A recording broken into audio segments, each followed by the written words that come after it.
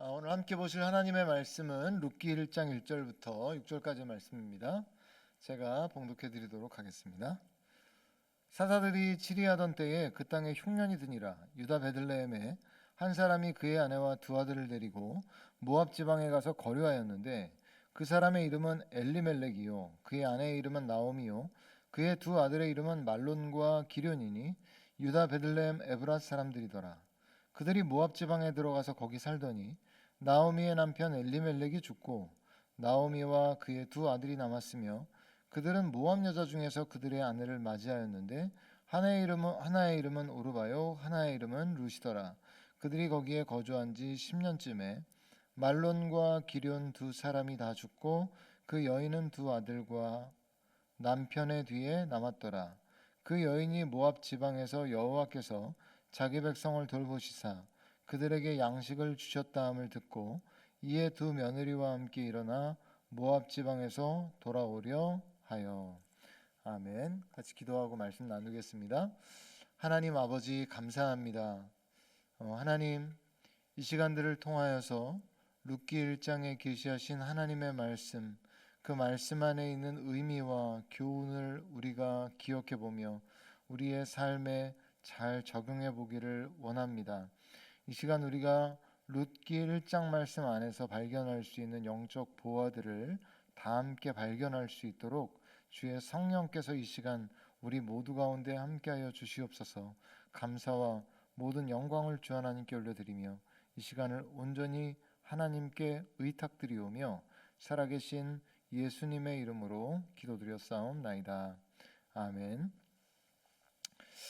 제가 아는 어떤 부목사님 가정이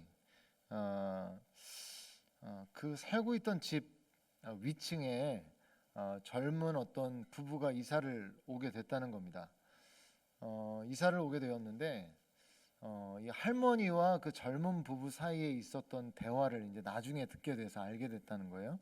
그래서 그 이야기를 하는데 이 젊은 부부에게 아이가 있었던 거예요. 그러면서 걱정하기를 아유 할머니 저희 가정에 아이가 있는데 이 아이가 워낙 그냥 활동적이어서 막 뛰고 이런데 아래층에 누가 사시는지 몰라도 저희가 그렇게 하면 좀 많이 불편을 끼치는 게 아닐지 모르겠습니다. 이러면서 걱정을 하더랍니다. 그래서 이제 그 얘기를 쭉 할머니가 해주셨는데 목사님 그 젊은 부부가 나한테 그렇게 얘기하는 거예요. 그래서 내가 걱정 말라고 이 아래층에 사시는 분이 목사님 부부라고 뭐 뛰어도 그냥 또 이렇게 넘어가 주실 거라고 이러면서 그렇게 친절하게 그 대화 내용을 전해주고 가셨다는 거예요. 근데 이후에 밤낮으로 이 애가 막 뛰고 그러는데 정말 너무 시끄러워서 뭐 견딜 수가 없는 상황인데 그때마다 그 할머니가 해주신 그 얘기가 기억이 나서 말도 못하고 정말 힘들었다는 그 얘기를 제가 들은 적이 있습니다. 성도님들에게는 이러한 삶의 상황들이 없습니까? 그리스도인이기 때문에 내가 예수님을 믿는 사람이기 때문에 때로는 억울하게 그런 어떤 일들을 당하지만 말할 수 없는 경우도 있고 때로는 말이죠 세상에서 쉽게 이득을 얻거나 사람들 이 정도 탈세는 다 하는데 나도 이 정도 뭐 이게 해도 되지 않을까 그러나 그러한 또 이익에 눈 감아야 되고 우리 그리스도인들에게는 세상을 살아가면서 하게 되는 이 많은 선택 가운데 세상 사람들과는 다른 기준이 있죠. 그 기준이 어떤 기준입니까? 하나님의 말씀의 기준이라는 겁니다. 세상에서는 얼마든지 할 수 있는 그런 선택이고 결정이지만 우리 눈앞에 그것이 이득이 되는 것을 알면서도 하나님의 말씀에 그것이 맞지 않으면 때로는 그 이익을 우리가 탐내지 않고 눈 감고 우리가 거절하고 이런 때 우리가 많이 만나게 된다는 겁니다. 오늘 본문에 이 열리는 룻기의 이런 상황들이 이 그리스도인으로서 이 세상에서 느끼는 이런 여러 가지 이런 상황들이 참 우리와 참 흡사했던 그런 상황들이 아니었나 이렇게 생각을 합니다. 왜냐하면 오늘 본문이 뭐라고 시작을 하고 있냐면 1절에 보면 어떻게 되어 있죠? 사사들이 치리하던 때라는 말로 시작하고 있습니다. 성도님들, 사사들이 치리하던 그때가 어떤 때이겠습니까? 특별히 영적으로. 사사기는 한마디로 말하자면 영적인 암흑기입니다. 영적으로는 정말 패역함 가운데 놓여 있었던 때가 바로 이 사사 시대였었죠. 그래서 이 사사기에 반복적으로 나타나는 구절이 무엇인가 하면은 사람들이 자기 소견에 옳은 대로 행하였다는 것이에요. 예. 하나님의 백성으로서 마땅히 하나님의 말씀의 기준이 그들의 삶의 기준이 되어야 하는 그런 상황임에도 불구하고 하나님의 백성들이 하나님의 말씀이 아닌 자기 소견에 옳은 대로 자기 생각대로 바라보고 선택하고 결정하며 살아가고 있었다는 겁니다. 성도님들, 법이 없어지면 문제가 무엇이죠? 죄가 죄인 줄도 모르고 살아가게 되는 것이죠. 그런데 바로 이때가 그런 때였다라고 말씀하고 있다는 거예요. 그런데 오늘 본문의 1절을 그 뒤를 계속 읽어보면 신명기에서 여호와께서 돌보아 주시는 땅이라고 말씀하신 그 젖과 꿀이 흐르는 땅에 무엇이 임하였다라고 말씀합니까? 1절을 보면 사사들이 치리하던 때에 그 땅에 흉년이 들었다라고 말씀하고 있어요. 물론 여기에 이 흉년이 들었다라는 것을 부정적으로 보시지 않는 목사님들도 있습니다. 그런 교수님들도 학자들도 있는데 저는 개인적으로 여기에 나온 이 흉년이 지금 이 당시에 이 사람들의 영적 상황과 무관하지 않다고 저는 보고 있습니다. 왜냐하면 신명기에 말씀하고 있지만 그 땅은 여호와께서 돌보아 주시는 땅이라 그래서 늘 양식이 풍부한 땅, 풍성한 땅이라고 말씀해주고 있기 때문이에요. 그런데 그 땅에 흉년이 들었다면 우리가 알 수 있는 게 뭘까요? 그 하나님과 하나님의 백성 사이에 무언가 관계에 문제가 생겼구나라는 걸 우리가 유추해 볼 수 있다는 거예요. 그렇다면 성도님들, 이런 이 하나님과의 관계에서 생긴 문제로 말미암아 발생한 흉년이었다면 이 문제를 해결하는 가장 올바른 태도, 올바른 접근이 무엇이었겠습니까? 우리가 본문을 통해 보기를 원하는 것이에요. 그래서 우리가 오늘 하나하나 우리가 한번 살펴보기를 원하는데, 그래서 우리가 첫 번째로 알아야 될 것이 왜 나에게, 왜 우리에게 문제가 시작되었는가에 대해서 우리가 잘 살펴보아야 한다는 것입니다. 본문의 엘리멜렉의 가정이 그들에게 닥친 부정적인 환경으로 인해서 그들이 가장 빨리 그 문제에서 탈출할 수 있는 방법은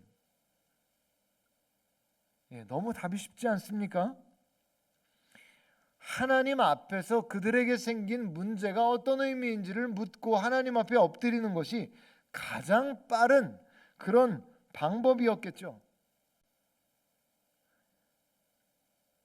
그런데 오늘 엘리멜렉은 그런 시도를 하지 않고 그저 단지 눈앞에 보이는 해결책을 찾아서 그 상황을 빠져나가려 하고 있다는 거예요. 아마 이 본문의 상황들에 대해서 이렇게 반문하실지도 모르겠어요. 아니 목사님, 흉년이 들어서 먹을 것도 없고 힘든 상황에 먹을 걸 찾아 나서는 그 먹을 것이 있는 곳으로 향하는 것을 왜 그것이 비난받을 만한 일이라고 그렇게 여기시는 겁니까? 라고 반문할 수 있겠는데요. 근데 한번 우리가 본문 1장 21절을 보면, 우리가 읽지 않았지만 거기에 보면 이 엘리멜렉의 가정이 어떤 상황 가운데 이 결정들을 내렸는지를 볼 수 있는데요. 1장 21절에 뭐라고 나옵니까? 내가 풍족하게 나갔더니 여호와께서 내게 비어 돌아오게 하셨느니라 라고 말씀하고 있다는 거예요. 자, 보십시오. 그러니까 지금 이 엘리멜렉의 가정은 결국 흉년으로 말미암아 모압 땅으로 가게 되거든요. 그런데 그 엘리멜렉의 가정이 정말 먹을 게 아무것도 없고 가진 것도 아무것도 없는 상황에, 정말 굶어 죽을 상황에 모압으로 간 것이 아니고 21절의 말씀을 보니까 그들이 이미 풍족한 상황 가운데 모압으로 갔다는 거예요. 그러니까 왜 엘리멜렉의 가정이 그리로 간 것입니까? 이건 없어서 간 게 아니죠. 제가 예전에 사역하던 교회에서 어떤 그 권사님 가정이 물론 그 가정뿐만 아니라 이제 그런 분들이 아마 주변에도 좀 계셨는가 본데, 추운 겨울이 되면은 따뜻한 나라에 좀 있다가 오신다는 거예요. 한두 달 정도.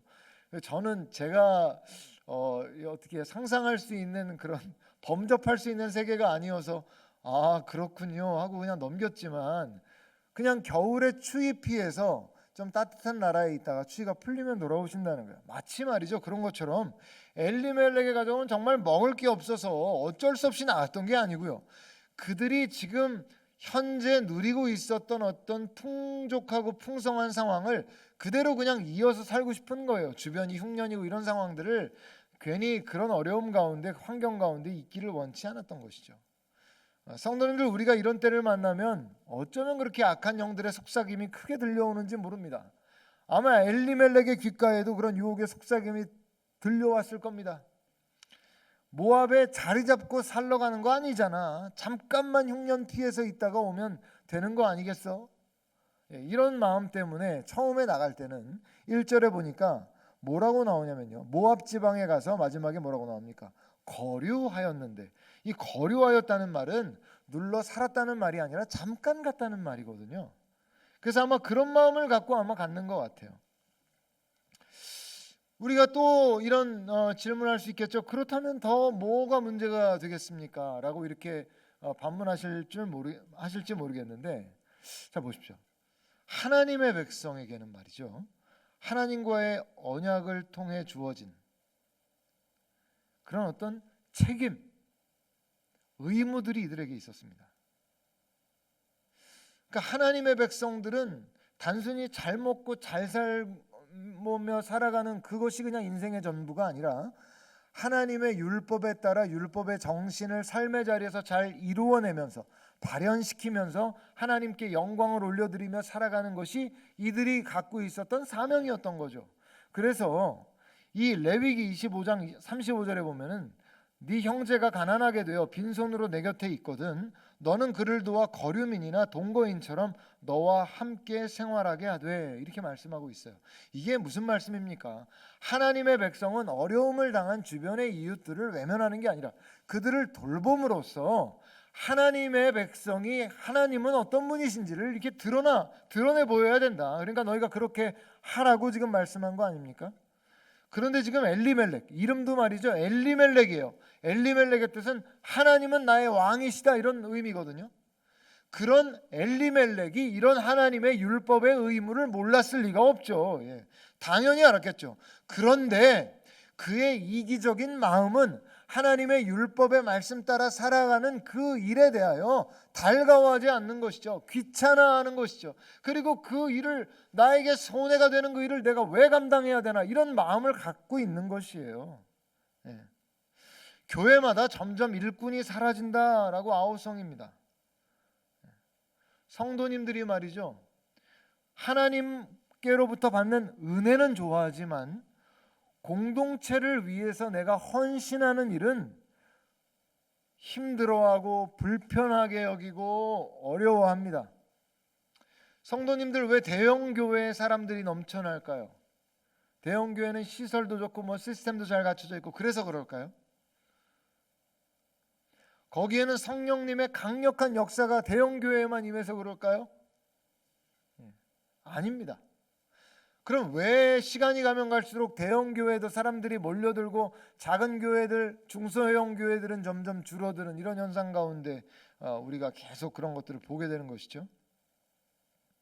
제가 말씀드린 대로 하나님께로부터 받는 은혜는 좋아하면서도 헌신과 봉사, 희생은 거부하는 그러한 개척교회, 작은 교회나 중소형 교회 성도들이 그런 책임과 의무는 지기 싫어하는 마음으로 있던 교회를 떠나서 대형 교회 안에서 관중 신자가 되기를 원하는 거예요. 그냥 설교 듣고 그냥 잘 갖추어진 그런 예배 환경 속에서 그냥 예배 잘 드리면서 내가 받을 것만 받고 나를 불러내지 마라, 귀찮게 하지 마라, 나를 힘들게 하지 마라라는 것이죠. 성도님들, 이거는 건강한 모습이 아닙니다. 이것은 대형 교회에 있다고 해서, 아무리 이름난 교회에 있다고 해서 그 성도가 건강하다고 볼 수가 없습니다. 하나님께서 부어주신 은혜가 크면 클수록 그 은혜에 대해서 보여야 될 책임의 모습, 어떤 그 의무를 가진 그 모습들도 더 풍성하게 더 보여야 되는 것이에요. 그것이 건강한 성도로 성장해가는 그런 과정이죠. 그럼에도 불구하고 지금 엘리멜렉이 그냥 그 땅에 흉년이 든 것으로 말미암아 그 이방 땅 모압으로 그냥 피한 것은 하나님의 백성으로서 마땅히 내려야 될 결정이 아니고 불신앙적 결정이고 사명을 거부하고 거절한 결정이라는 거예요. 그래서 말입니다. 하나님께서 이 엘리멜렉의 가정 가운데 그 어려움을 만나게 하셨다면 엘리멜렉의 가정은 하나님 앞에 기도해 봤어야 됐습니다. 그리고 그 모든 일을 결정했던 엘리멜렉은 더욱더 하나님 앞에 엎드렸어야 됐죠. 하나님, 어떤 의미로 이런 일들을 주셨습니까? 우리가 해야 될 일들은 무엇입니까? 이렇게 했어야 됐다는 거예요.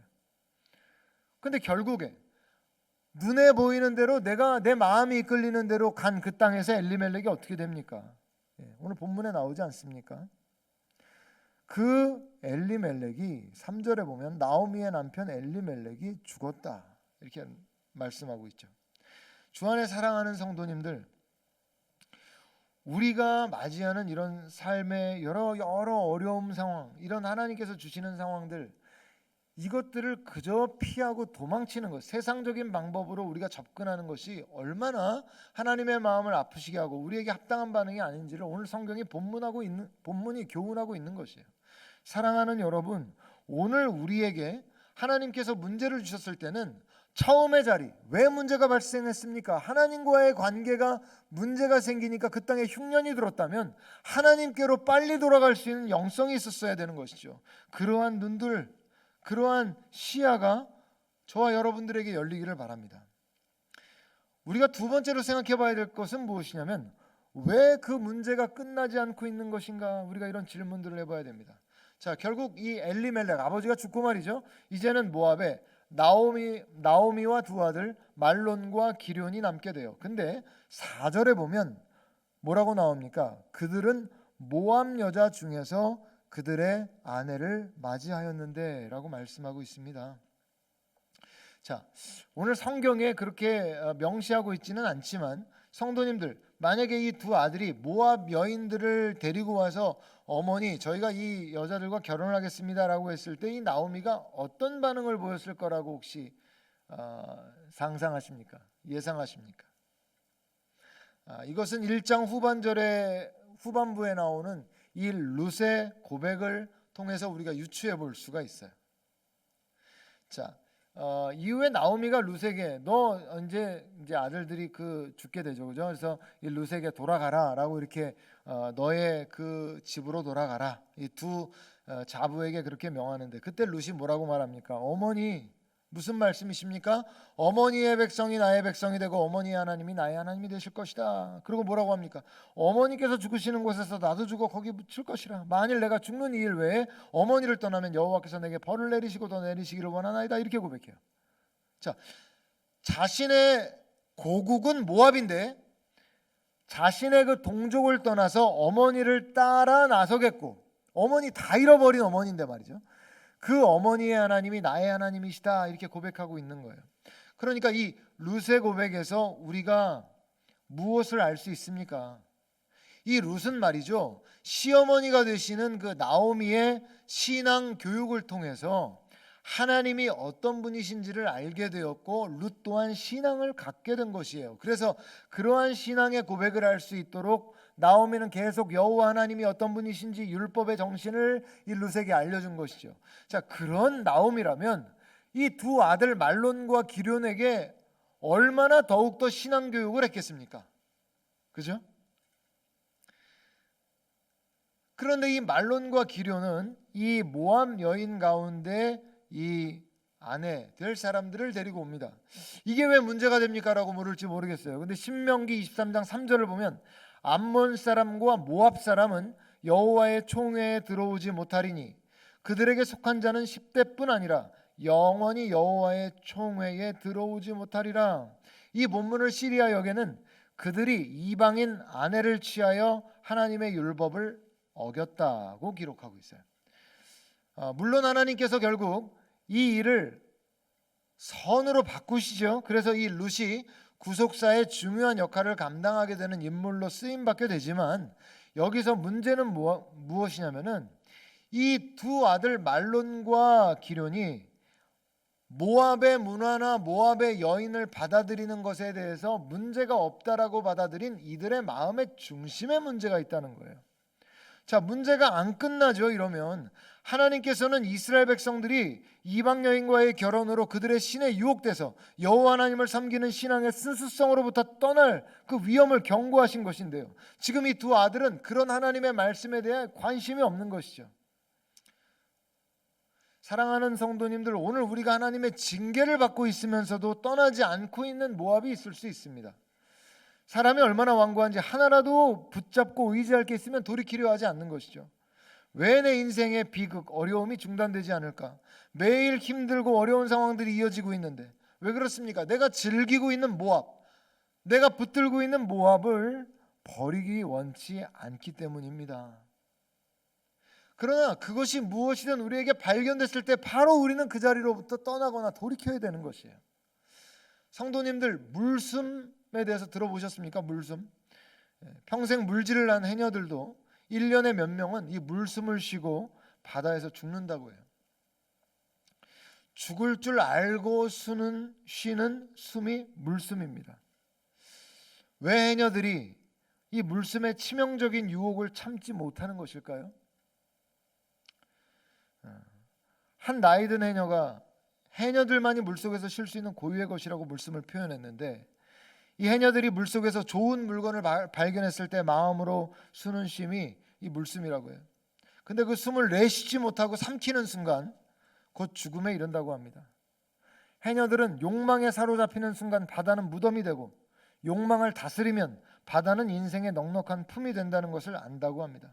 그래서 오래된 해녀들이 이 딸을 이제 해녀로 교육시킬 때 제일 먼저 가르치는 게 뭐냐면 물숨부터 피하는 방법을 알려준다고 해요.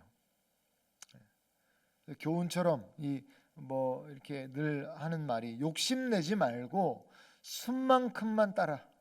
눈이 욕심이다. 욕심을 잘 다스려야 된다. 해녀가 그래야 된다는 겁니다.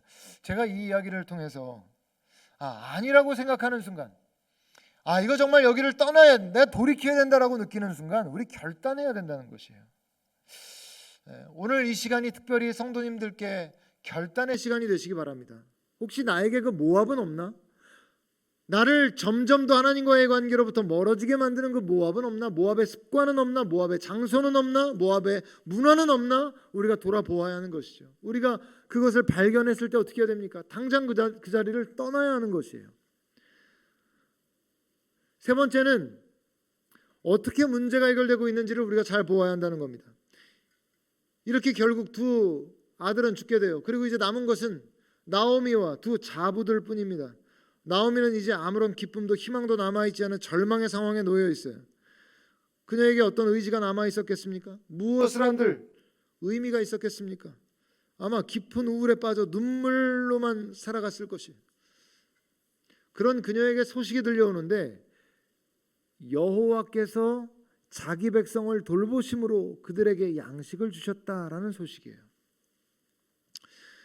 우리는 이미 이 본문의 상황을 알고 있지만, 만약에 성도님들이 나오미의 상황에서 그 소식을 들으셨다면 어떤 생각이 드셨을 것 같으십니까? 제가 그때로 돌아가서 나오미의 입장에서 그 소식 들었다면 어땠을까 한번 생각해 봤어요. 근데 저는 그 소식을 들었어도 그냥 아무것도 하고 싶지 않았을 것 같아요. 배우자도 죽었고 자녀들도 죽었습니다. 손에 쥔 것도 다 잃어버렸고 아무것도 없습니다. 그 소식이 좋은 소식이지만 오늘 슬픔을 당한 나와 그 소식이 지금 무슨 상관이 있는가? 그렇다고 죽은 남편이 돌아오는가? 그렇다고 두 아들이 돌아오는가? 내 인생의 비극적 상황이 무엇이 달라진단 말인가? 하고 아마 그냥 자포자기하는 심정으로 그냥 그 소식을 넘겨들었을지도 모르겠어요. 너무 아마 이 나오미가 겪었을 슬픔이 컸을 것이기 때문에 인간적으로는 얼마든지 그런 마음이 들었을 수 있을 것 같아요. 그러나 성도님들, 나오미는 그 메시지를 듣고 제가 말씀드린 그런 반응을 보이지 않습니다. 왜 그랬을까요?